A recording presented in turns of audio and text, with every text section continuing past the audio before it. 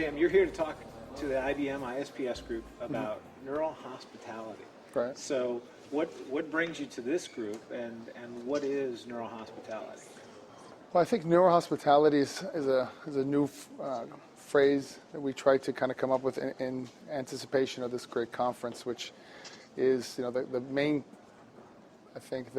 intention of the conference was cross-discipline. How do you take so many different disciplines from the medical field or from the NASA program with the military, and how do you best utilize it with the synergies, the apparent synergies, Right. the low-hanging fruit of all these amazing technologies, and how do you affect the average person in the sense of medicine in this particular case.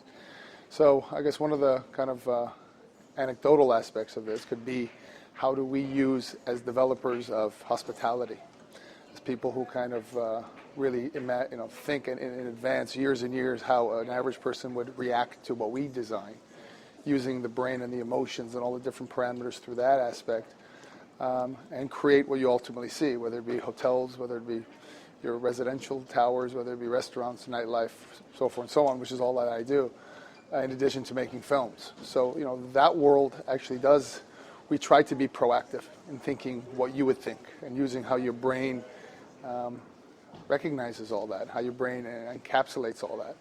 And, I think Babak, through this great host of amazing neurologists, it gives them a different perspective, another perspective, maybe not so scientific, but equally as hopefully apparent. So what would you want these scientists to take away? What's the 30-second soundbite that they're looking for? Well, I think as such an important and serious aspect of what they do every day, hopefully they get to realize that, kind of the layperson, and as we like to call, in our world, a very artistic perspective, affects us and affects them. And the more they get to add science to our art, the more we get to institutionalize this and be able to, replicate the one kind of thought that we have in different aspects around the world. So, and ultimately, the overall guiding 30,000 foot, hopefully, takeaway from this is that through the hospital aspect, through the four walls of a hospital, it's not just about how you're treated or the medicine or the latest technology, but it's the effects of the human being while they're waiting there to get those treatments.